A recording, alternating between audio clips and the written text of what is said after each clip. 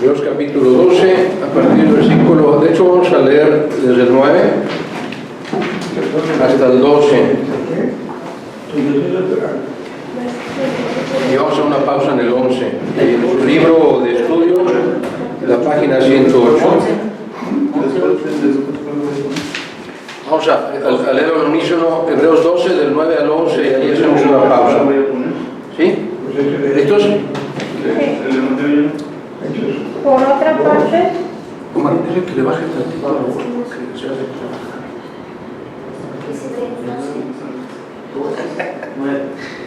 Hebreos 12, del 9 al 11, todos al unísono.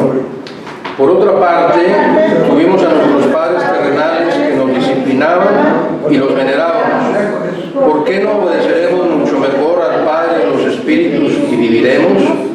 Y aquellos, ciertamente por pocos días nos disciplinaban como a ellos les parecía, pero este para lo que nos es provechoso, para que participemos de su santidad. Es verdad que ninguna disciplina al presente parece ser causa de gozo, sino de tristeza, pero después da fruto apacible de justicia a los que en ella han sido ejercitados. El domingo pasado tocamos este tema brevemente y la exhortación que hace aquí el escritor de los Hebreos dice que nuestros padres terrenales nos disciplinaban como se les ocurría. A veces nos equivocamos como padres y a veces no, pero la disciplina es bíblica, es decir, Dios quiere que nosotros como padres y como abuelos disciplinemos a nuestros hijos para que no se vayan por el camino equivocado.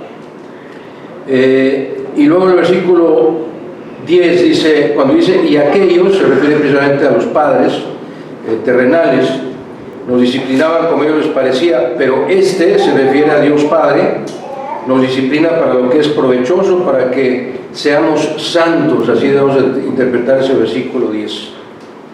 ¿Sí? ¿Vamos claros con eso? sí. Ahora, fíjense lo que dice el versículo 12. Acuérdense que cuando empieza un versículo diciendo por lo cual o por lo tanto, está haciendo una conclusión de los versículos anteriores. Entonces aquí está diciendo, por el hecho de la disciplina terrenal y ahora la disciplina de Dios, dice, por esas razones, dice, levantad las manos caídas y las rodillas paralizadas, y haced sendas derechas para vuestros pies, para que lo cojo no se salga del camino, sino que sea sanado. Es decir, la disciplina es para enderezar nuestro camino, ¿sí? Para que no nos vayamos por otro lado. Ahora, vamos a, si recuerdan los versículos anteriores, de Hebreos capítulo 12 dice que Dios nos disciplina porque nos ama. ¿Ustedes por qué disciplinan a sus hijos? ¿Porque los aborrecen o porque...? ¿Para qué disciplinamos a nuestros hijos? ¿Cuál es la razón principal para disciplinar a nuestros hijos? Para que les vaya bien en la vida. Para que no se desvíen. ¿Dice eso la Biblia o no dice? Sí, lo dice, disciplina al muchacho en Proverbios. En Proverbios hay 3 o 4 versículos que sería importante que ustedes repasaran. Dice, Instruye en su camino, ¿verdad? desde ese versículo va, Proverbios 22:6, instruye al niño en su camino, y aun cuando fuere viejo no se apartará de él. Pero hay otro proverbio que dice, el chamaco consentido es vergüenza de su madre.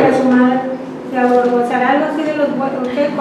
Si corona de los abuelos? ¿Cuál es ese? Corona de los viejos son los nietos, pero ese no habla de los discípulos. Proverbios 29:15, la vara y la corrección, escuche bien, Proverbios 29:15, y no importa que nuestros hijos tengan 24, 25, 26, 30, casi llegamos. No importa, siempre hay que estarlo disciplinando a la edad que sea. Incluso a veces 29:15. Incluso a veces los hijos nos disciplinan a los padres. Eso está prohibido en la Biblia.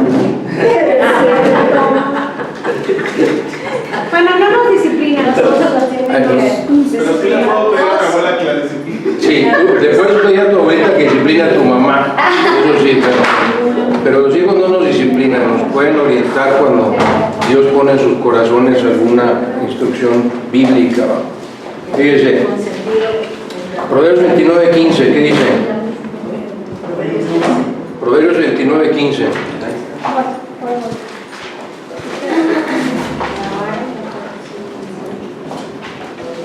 La vara y la corrección dan sabiduría, mas el muchacho consentido avergonzará a su madre. Ándale. Es cierto. Versículo 17. Corrige a tu hijo y te dará descanso y dará alegría a tu alma. Así más claro.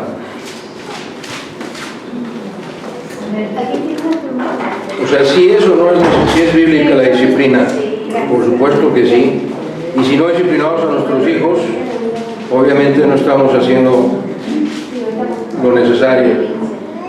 Proverbios 17:25. El hijo necio es pesadumbre de su padre y amargura a la que lo dio a luz.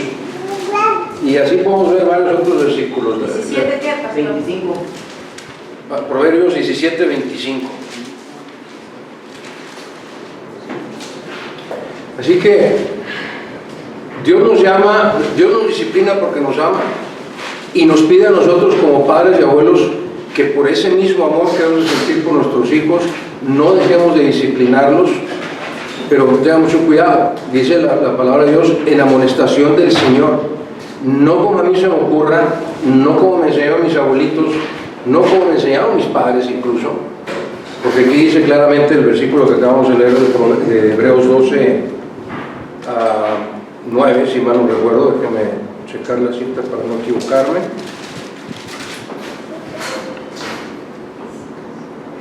Del 10 más bien, dice, y nuestros padres ciertamente por pocos días nos disciplinaban como a ellos les parecía. Eso no está bien, es decir, cuando nosotros vamos a disciplinar a nuestros hijos, debemos hacerlo como nuestro Señor los disciplina, con amor, por amor y usando la sabiduría de la palabra de Dios, no mi sabiduría. No como a mí me disciplinaron, porque mis padres me disciplinaron como ellos creían que era correcto, pero si mis padres no eran cristianos, o eran cristianos pero no conocían la palabra de Dios, pues muy probablemente me disciplinaban como ellos pensaban que era mejor. Nosotros tenemos que entender como hijos de Dios que la disciplina es necesaria, sí, es bíblica, sí, es por amor, sí, pero es conforme a la palabra de Dios, no conforme a mí me disciplinaron anteriormente, ¿se entiende? ¿Sí? Ahora vamos a ver cuáles son los resultados de la disciplina según los versículos que leímos del 10 al 12. Ahí en su libro de estudio, por favor, a partir de la página 108 hasta abajo, dice el subtítulo, los resultados de la disciplina. Alguien que me ayude a leer esos dos párrafos, por favor. El fin del versículo 10 es muy hermoso, pero nos corrigió para lo que nos es provechoso, para que participemos en su santidad o santificación. Santificación a guiarnos en un estado de separación del pecado y del mundo para Dios. Idealmente todos los creyentes son santos por estar unidos con Cristo en su muerte y en su resurrección. Pero el estado ha de manifestarse por la conducta correspondiente y Dios, como Padre amante, se vale de las circunstancias adversas de la vida, como también de la oposición de los hombres, para quitarnos el gusto a lo mundano y a lo pecaminoso, con el fin de que nos echemos más eternamente en sus brazos. Enteramente. Él es santo y al manifestar prácticamente nuestra santificación tenemos una parte especial en Dios, cuya naturaleza de santidad reflejamos así en el mundo. Si esta gloriosa participación con el Padre no puede ser la nuestra sino por el camino de la disciplina, no hemos de gloriarnos con Pablo en las tribulaciones y en lugar de lamentar sobre nuestra suerte adversa. Hasta ¿Está ahí? El 11 también, el otro. Otro resultado se nota al final del versículo 11. Da fruto apacible, fruto de justicia. Apacible es un adjetivo en original, pero se entenderá mejor por fruto de paz, fruto de justicia. El efecto del sufrimiento en el caso del mundo o del creyente carnal es el de la perturbación. La mente no admite más que un pensamiento. ¿Cómo puedo librarme de este padecimiento y de esta molestia? ¿Por qué me ha sobrevenido esto? ¿Qué he hecho yo para merecer esto? Etcétera. Pero para quien se ejerce para comprender la voluntad divina, el fruto es paz, pues el dolor y la pérdida le hacen ver la vanidad de todo lo material y lo humano, y como John Newton puede exclamar: tengo a Cristo en todas las cosas mientras las poseo, y tengo todas las cosas en Cristo cuando me son quitadas.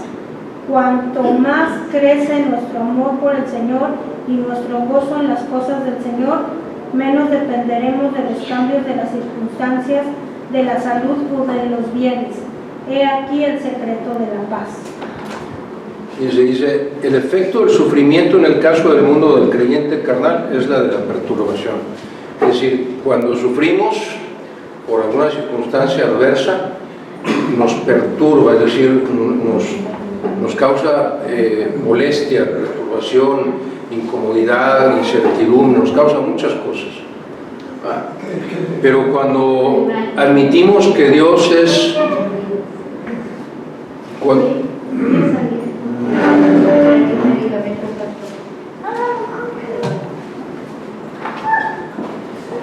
Cuando admitimos o aceptamos la disciplina del Señor, entendiendo que es por amor, entonces esa disciplina al final nos va a hacer sentir paz, fruto apacible, ¿sí? Cuando a mí nunca me sucedió, a lo mejor ustedes sí, que su papá los castigó y los disciplinó, a mí nunca. Siempre fue muy bueno. Qué bueno. No, me disciplinaban todos los días como 10 veces yo, bueno, pero el resultado de esa disciplina, cuando llorando me abrazaba a mi padre y sentía su abrazo, aunque me hubiera dado con la vara de la disciplina, ahí sentí un remanso de paz, me sentía seguro en sus brazos, sentía su amor, su protección, y obviamente nacía en mí la necesidad de pedirle perdón, porque reconocía que Él me había disciplinado porque yo me lo merecía, porque yo lo necesitaba. Entonces es igual con Dios. Cuando Dios nos disciplina, tenemos que correr hacia sus brazos. O sea, tenemos que aceptar que nos está disciplinando porque nosotros lo provocamos a disciplinarnos. Nosotros somos los causantes de que Él tuviera que disciplinarnos. Entonces, en esa disciplina, si yo, en lugar de oír de Dios, y como estas preguntas que hace, ¿por qué me pasa esto a mí? ¿Qué he hecho para merecerlo? ¿Por qué me sobrevino esto? ¿Cómo puedo librar este padecimiento? Todas estas preguntas que pone aquí el autor del estudio. Si en lugar de estar cuestionando la disciplina de Dios, reconozco mi pecado y corro hacia sus brazos, ahí voy a suplicar su perdón y voy a volver a sentir su amor y, como dice aquí, el fruto de paz, el fruto apacible, porque estoy restaurando mi relación con Dios. Ese debe ser el resultado de la disciplina. No que usted y yo huyamos de nuestro Padre Celestial porque nos está disciplinando. ¿Cuántas historias conocemos de hijos, ¿verdad?, que cuando sus padres los disciplinan se van del hogar? ¿Verdad? Sí. Qué triste, ¿no? Porque ahí ponen distancia entre sus padres y sus hijos, ¿no? Y qué difícil es recorrer esa distancia de regreso para que haya nuevamente armonía. Es muy difícil. Entonces nuestra reacción no puede ser alejarnos de Dios cuando Él nos disciplina, al contrario, es: me acerco más a Dios, reconozco mi pecado, confieso mi pecado y le pido que me abrace nuevamente para sentir ese remanso de paz. Ese es el resultado de la disciplina. Ahora, ahí en su libro, nada más para entender, aquí cuando habla de fruto de justicia, en el siguiente párrafo que leyó la hermana Claudia, dice: la justicia ha de entenderse aquí por rectitud de conducta. Normalmente cuando vemos el término justicia en la Biblia se habla de la justificación del creyente, ¿no? Aquí no, aquí este término justicia se refiere a que usted y yo tengamos una conducta recta. ¿Sí? ¿Estamos claros? Para que no se vaya a malinterpretar esa palabra. Muy bien.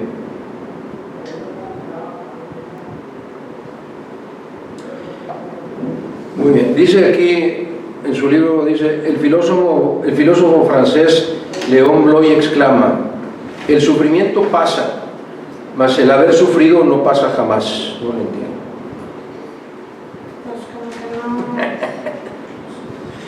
O sea, Como que se requiere, cuando dice el sufrimiento pasa, sería la situación, ¿no? dejo de sufrir, pero no se me olvida que sufrí. Ya me queda el recuerdo de Eso es lo que está diciendo. Entonces, igual la disciplina pasa, ¿no? Pero me acuerdo que me disciplinaron. ¿Usted no se acuerda cuando su papá o su mamá le dieron un barazo? Dice, bueno, a ti nunca te han dado ninguno. Estás más consentido, te va. Yo sí me acuerdo cuando mi padre me disciplinó varias veces, con mi madre.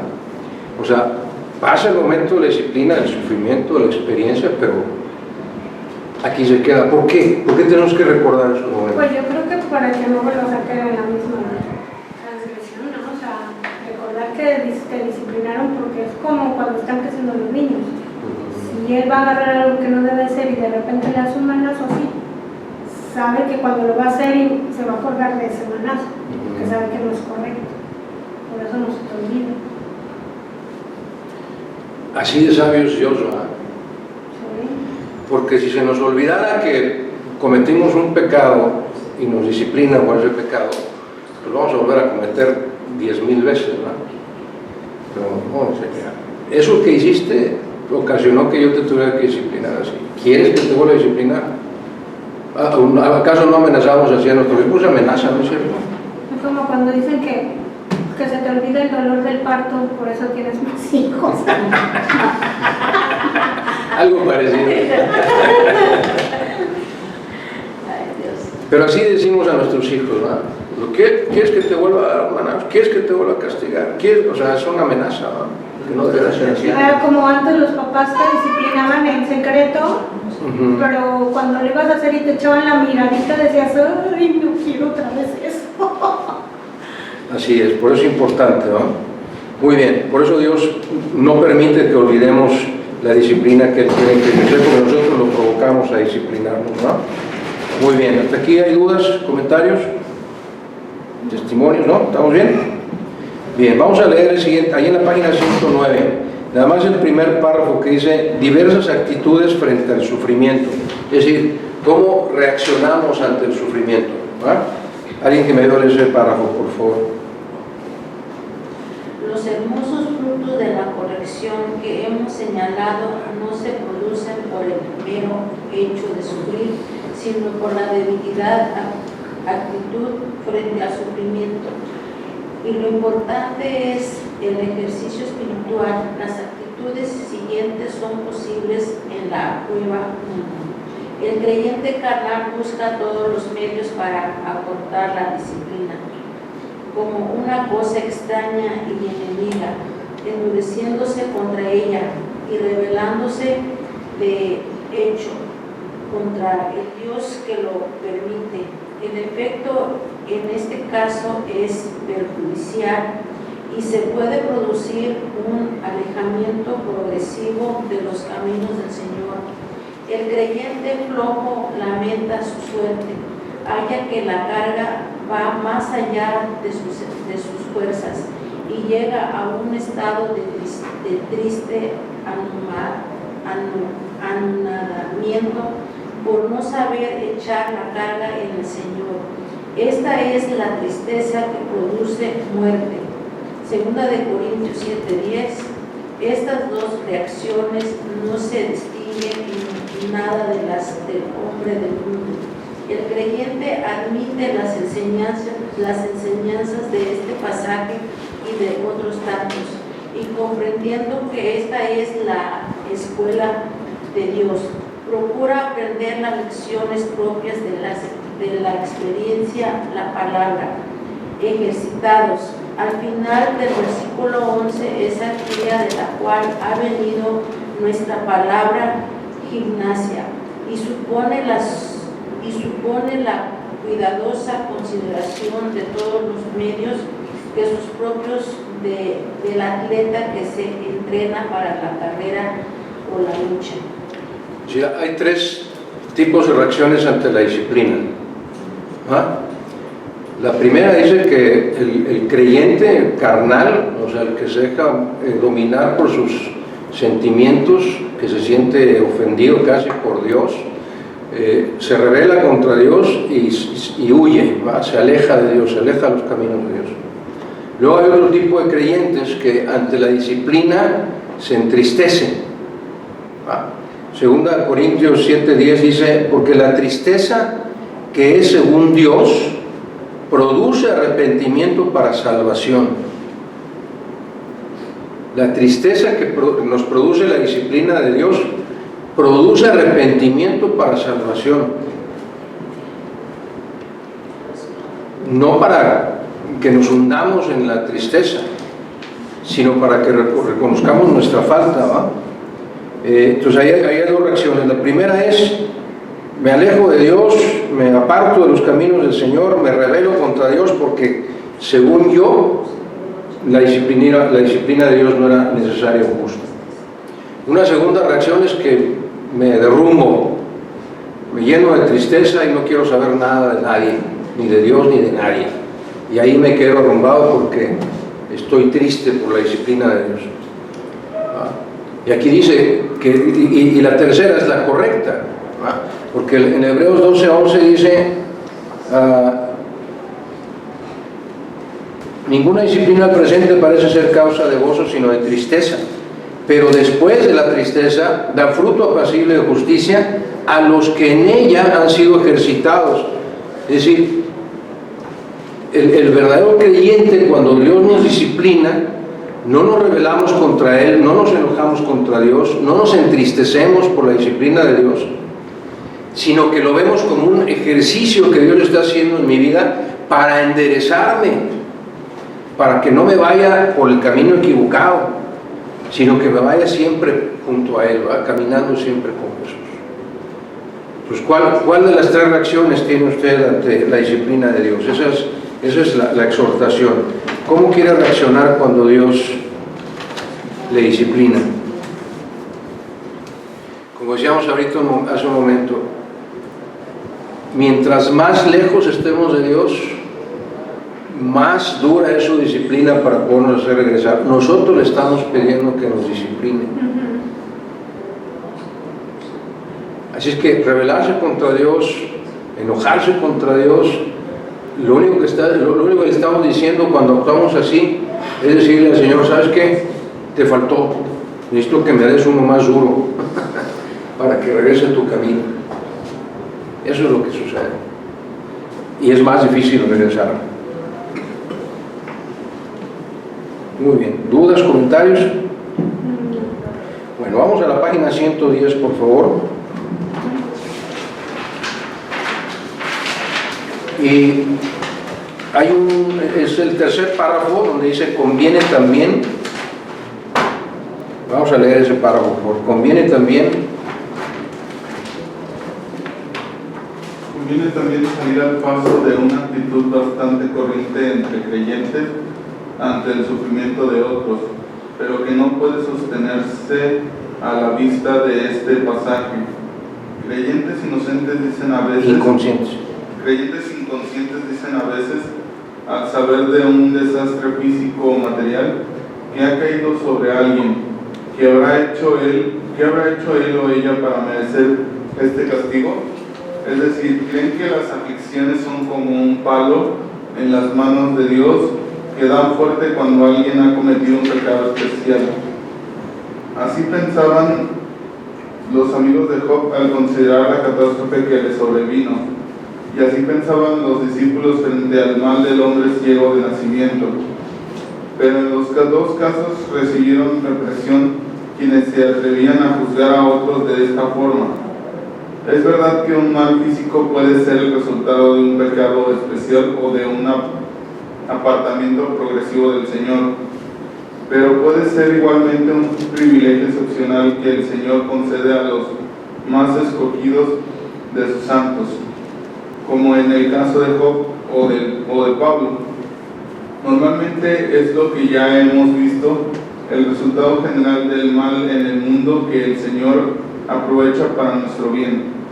Ante estas diversas posibilidades es muy atrevido que nosotros digamos, esto le ha sobrevenido por tal o cual causa, y conviene más bien la actitud que dijera que no me sobrevendría a mí si el Señor me tratara según mis merecimientos. ¿Qué no me sobrevendría a mí si el Señor no me tratara conforme a mis merecimientos? Digo, aquí nos examinamos cada uno de nosotros mismos, ¿no?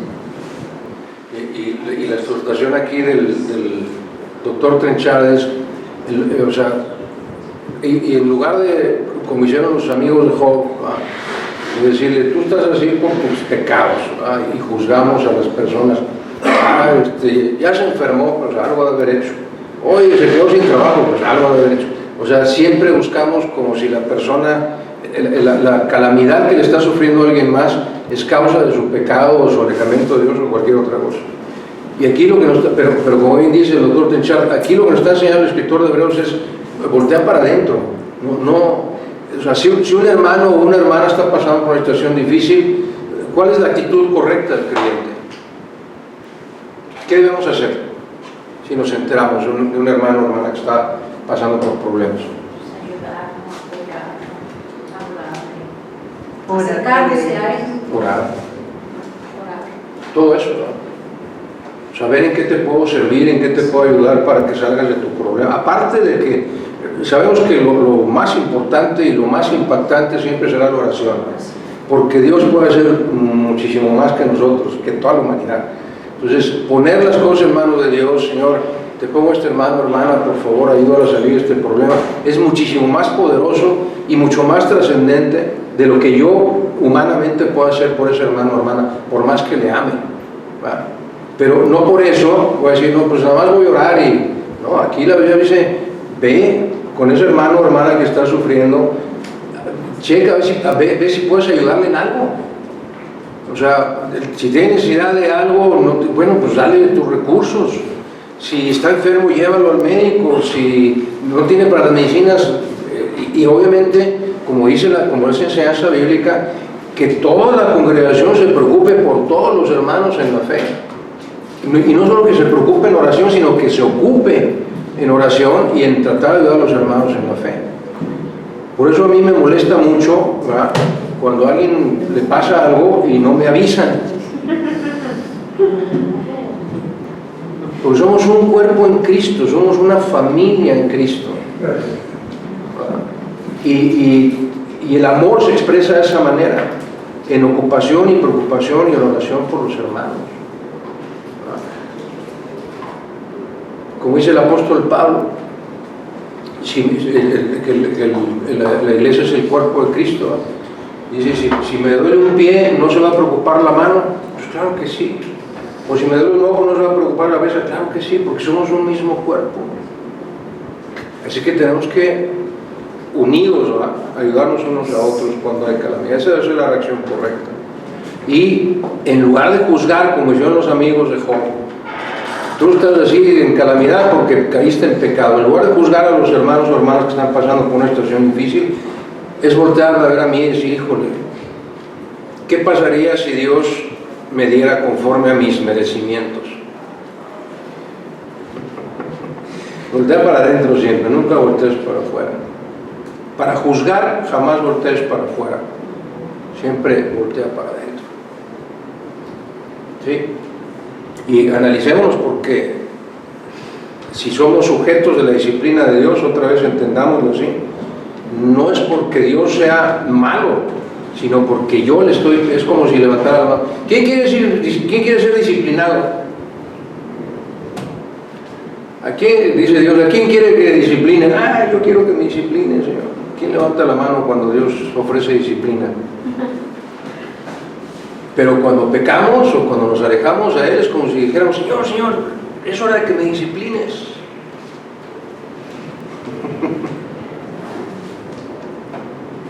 Volteemos siempre para juzgar, volteemos siempre para adentro, nunca para afuera. Muy bien, terminamos con el siguiente párrafo. Fíjense, Hebreos 12:13, ¿qué dice? Hebreos 12:13.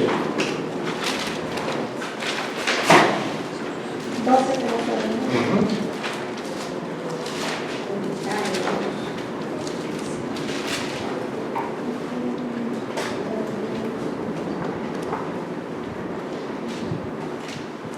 Y hacer sendas derechas para vuestros pies, para que lo cojo no se salga del camino, sino que sea sanado.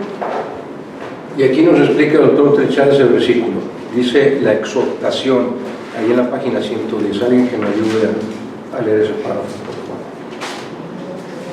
Esta exhortación se dirige a los espirituales del grupo para que ellos a su vez puedan ser ayuda a los flojos. Si los hermanos inteligentes aceptasen con espíritu sumiso la disciplina que el Señor permitía, podrían fortalecer luego las manos que llegaban a ser flojas por falta de trabajo o de ejercicio, y las rodillas paralizadas ganarían en fuerzas para poder seguir adelante en el camino de fe y de servicio. Así podrían dedicarse a una labor de precursores, enderezando el camino y quitando obstáculos con el fin de que lo cojo no se salga del camino. O sea, es necesario que los fuertes presten ayuda especial a los débiles que siempre existen en cualquier iglesia. Poco podremos conseguir en esta labor de guía y de pastoreo si nosotros no admitimos primero la disciplina del Señor, ejercitándonos en la oración, en el estudio de la palabra, y en la subordinación de lo material a lo espiritual en nuestras vidas. ¿Se entiende? O sea, estamos llamados como un solo cuerpo a ejercitarnos en la disciplina del Señor. Otra de las cosas, o sea, lo que estamos entendiendo aquí es que otra de las razones de la disciplina del Señor es para fortalecer nuestra fe, para fortalecer nuestro carácter cristiano, para que nosotros a su vez podamos fortalecer a otros, a los débiles en la fe, o a los que se dejan caer en tristeza porque son disciplinados, o a los que se alejan del camino del Señor porque son disciplinados. Esos son los débiles, esas son las rodillas paralizadas. Cuando un cojo se sale del camino, quiere decir que es alguien que está débil en la fe y que viene la disciplina del Señor y entonces se aparta de Dios, sale del camino de Dios.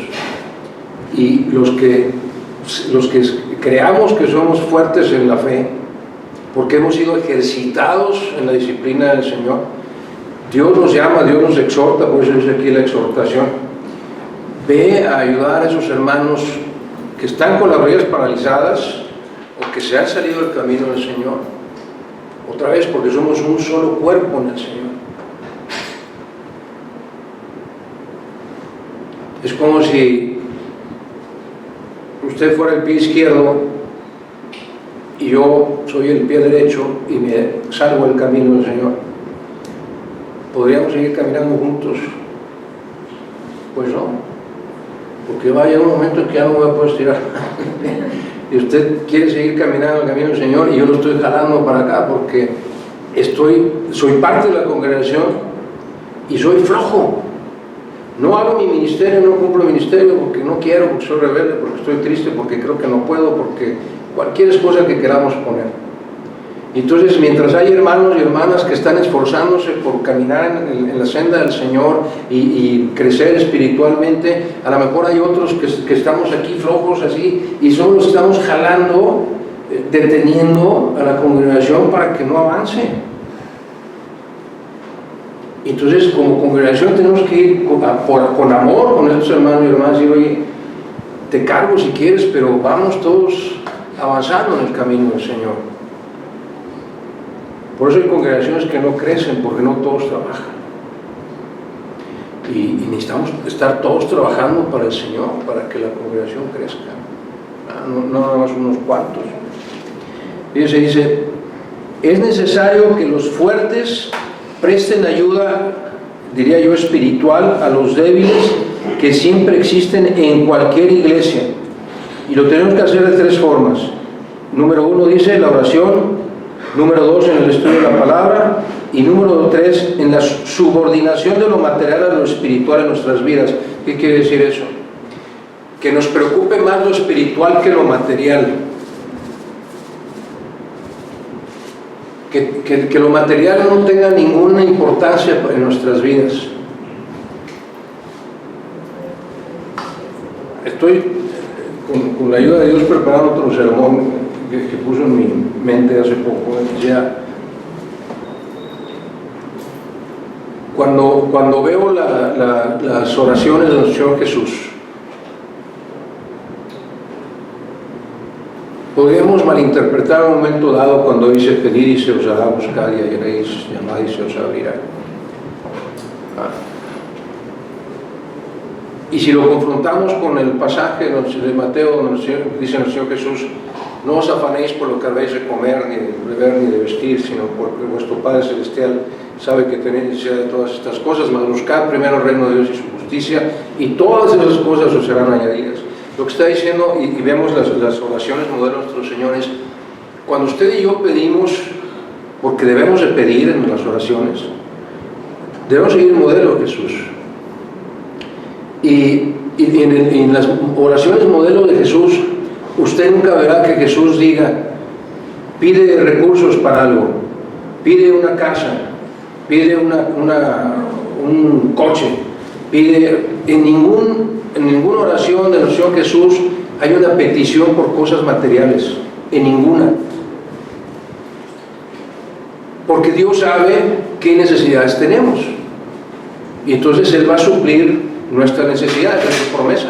Si es que buscamos primero el reino de Dios y su justicia.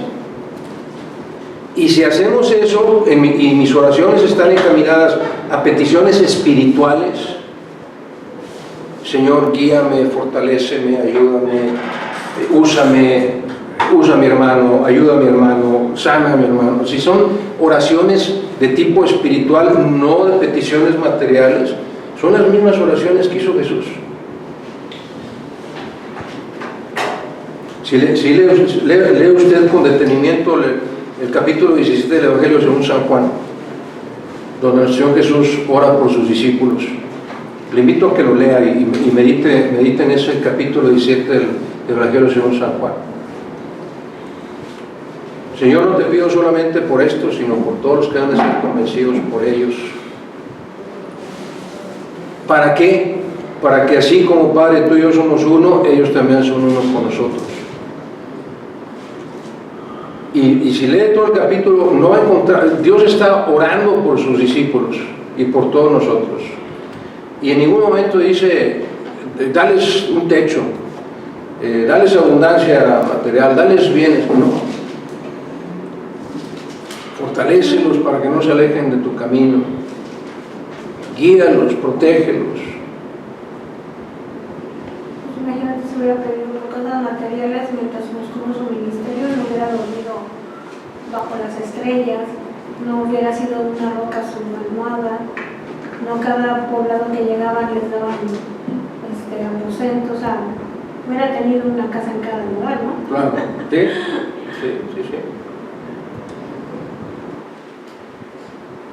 Así es como debe ser la exhortación a nosotros, ¿verdad? Oremos por nuestros hermanos y hermanas en la fe, ¿verdad? Pero no tanto para que Dios los colme de bienes materiales, ¿no?